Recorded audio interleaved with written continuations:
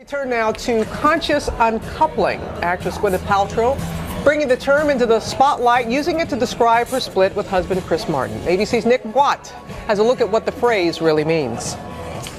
Conscious uncoupling. That's what Gwyneth Paltrow and Chris Martin say they're up to. Not divorce, conscious uncoupling. As Gwyneth danced with Glee on Glee the other night, I wondered, what does conscious uncoupling actually mean? I think the most healthy way to define conscious uncoupling is that we agree to separate. You're not going to fight. You're not going to argue about money. So it's a constructive, respectful and private alternative to, let's say, the Charlie Sheen and Denise Richards route of courtrooms and custody battles. With the divorce rate at 50% and climbing, maybe we should all read this essay posted by Paltrow, written by two relationship therapists who proclaim it's conscious uncoupling that prevents families from being broken by divorce. They say we're now just living too long. Life expectancy was under 50 in 1900 and now it's up around 80, and we just weren't designed to be married that long, as Paltrow told me just a few months ago. It's not easy to be married for 10 years. Apparently 10 years was enough. The couple said in their Splitsville statement, while we love each other very much, we will remain separate. We are, however, and always will be a family, and in many ways we are closer than we have ever been. I felt actual sincerity in the message. Will this be Alec Baldwin and Kim Basinger? There is not a chance. Every time we've seen Paltrow and Martin together recently while they were working out the end of their relationship, I must say, they did look rather happy. For Good Morning America, Nick Watt, ABC News, Los Angeles. And we're going to bring in child development specialist Dr. Robin Silverman for more on conscious uncoupling and what it can mean for all families. It's wonderful to have you back. Thank you for having me. Shed some more light into this.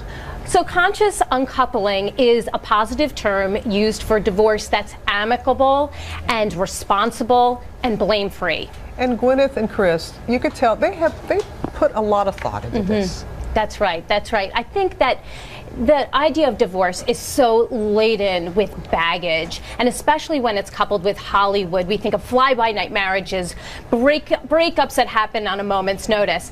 And by saying conscious uncoupling, they're divorcing themselves from that term divorce and saying, we're doing this together, we're doing this consciously, and we're doing this for the betterment of our family. So it seems communication then here is the key. It's really the basis of all of this. As a child development specialist then, taking this approach and having that be the focus, the preface really, if you will, how does it impact the children? Well, children obviously get impacted by divorce no matter what, but when parents are on board with positive co-parenting, with understanding that they need to be respectful to one another, not using their children as pawns and jumping in and arguing, it's going to affect the children much more positively than if they're going to be really horrible to one another. And even in the split itself, my divorce, we actually used a mediator, and it created an air of just cooperation from the beginning. Exactly. And that has worked for my family as well. So I appreciate this term, whatever you want to call it. It's so much nicer than what we can see on the other side of things. I think people think about marriage and the amount of work it needs to go to go into marriage, but we don't often talk about the amount of work it takes to have an amicable divorce.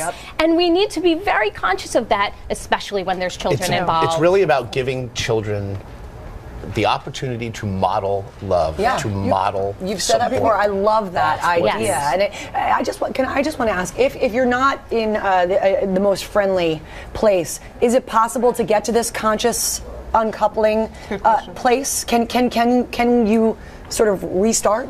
I think you can. I think you need to come together and say, let's do this over. Let's remember that we're doing this for the betterment of our family and that we're two people. We both can be responsible. We don't have to point fingers, and we can do this in a way that's really great for everyone. It's not about somebody winning, because you want the kids to win. You do. You want the kids to win. And it's understanding you're always going to be a family. You That's will. right. And so it's taking the best approach there. That's right. We know that when when we have kids, they're always looking to us about how we're going to behave, and that becomes the template for how they will behave. Because we showed Alicia Keys with her ex, her husband's ex, and the children all together vacationing, and how a good environment that was for them. Yeah, it can happen. It can happen if we make a conscious attempt to make it happen. Really great advice. Thanks, Thank Doc. you so Thank you. much. Pleasure.